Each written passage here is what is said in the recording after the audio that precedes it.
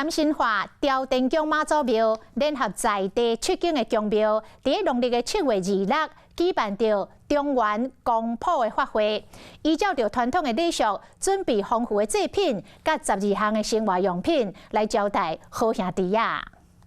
台南新化朝天宫妈祖庙联合在地7间庙，伫庙埕进行中原公谱法会。朝天宫主委柯崇彦表示讲，每到农历7月26，拢会办公谱，这个习俗已经流传100年以上。较早观音殿甲这个天朝，这个环境拢用力咧修建，你也唔处理，我唔处理。